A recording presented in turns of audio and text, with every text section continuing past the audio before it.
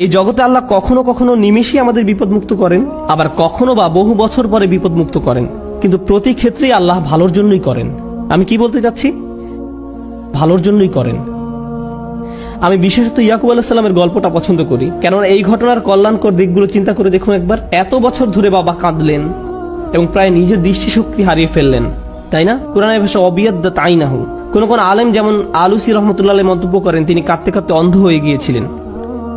এখন এই পুরো সময়টা জুড়ে ইউসুফ আলাইহিস সালাম কোথায় ছিলেন? তিনি ছিলেন জেলে।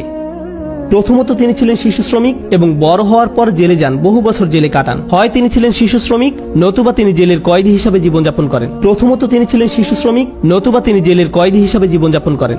সুন্দর জীবন ছিল না, এটা সুন্দর জীবন নয়। কিন্তু এরপরও যখন তিনি রাজার স্বপ্নের অর্থ বলেন এবং সেই স্বপ্নের অর্থ হয় যে পুরো অর্থনীতিতে 7 বছরের মধ্যে ধস নামবে, মানুষজন দুর্ভিক্ষে মারা যাবে, একজনই তখন সেই সমস্যার সমাধান জানতেন, তিনি হলেন ইউসুফ আলাইহিস সালাম। যদি তিনি জেলে না থাকতেন তাহলে রাজাকে সাহায্য করতে পারতেন না। বুঝতে পেরেছেন?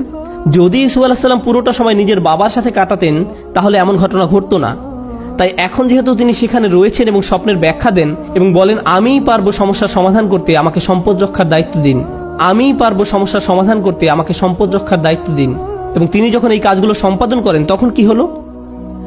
লাখ লাখ বাবা মাকে আর কাঁদতে হয়নি, কারণ তাদের সন্তান ক্ষুধার যন্ত্রণায় মৃত্যুবরণ করেনি। একজন বাবা তার সন্তানের জন্য বহু বছর কাঁদলেন, কিন্তু তার একার কান্নায় আল্লাহ হাজার হাজার পরিবারকে কান্না থেকে বাঁচিয়ে দেন। কারণ তিনি যদি অর্থনীতি এবং ফসল না বাঁচাতেন পুরো দেশটাতে খরা হতো, মানুষ দুর্ভিক্ষে মারা যেত এবং যুদ্ধ সহ বিভিন্ন সমস্যার সূত্রপাত হতো।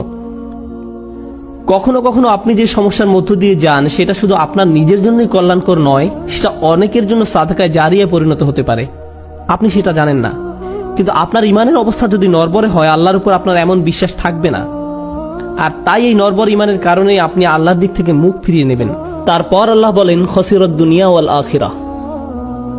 যখন মানুষ এমন করে তখন তারা এই দুনিয়া এবং পরকাল উভয়টাই হারায়। এর মানে কি? আপনি যদি নিজেকে ধরে রাখতে পারেন, দেখুন আল্লাহ বলছেন লাকাদ খলাকনাল ইনসানা ফি কাবাদ, নিঃসন্দেহে আমি মানুষকে সৃষ্টি করেছি কষ্ট ক্লেশের মধ্যে। আপনি আল্লাহকে বিশ্বাস করুন আর নাই করুন, আপনার জীবনে চ্যালেঞ্জ থাকবেই। আপনি আল্লাহকে বিশ্বাস করুন আর নাই করুন, জীবিকা উপার্জন করতে আপনাকে প্রচুর পরিশ্রম করতে হবে, অসুস্থতার সাথে লড়াই করতে হবে।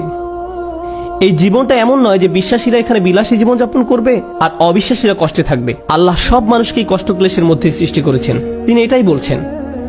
এখন আপনি যদি ইমানের সাথে এই কষ্ট ক্লেশ অতিক্রম করতে পারেন তাহলে এই জীবনে যেমন আপনি সফলতা লাভ করবেন তেমনি পরকালীন জীবনেও সফল হবেন। আপনি এমন মানসিক প্রশান্তি লাভ করবেন যা অবিশ্বাসী কারো পক্ষে লাভ করা সম্ভব না।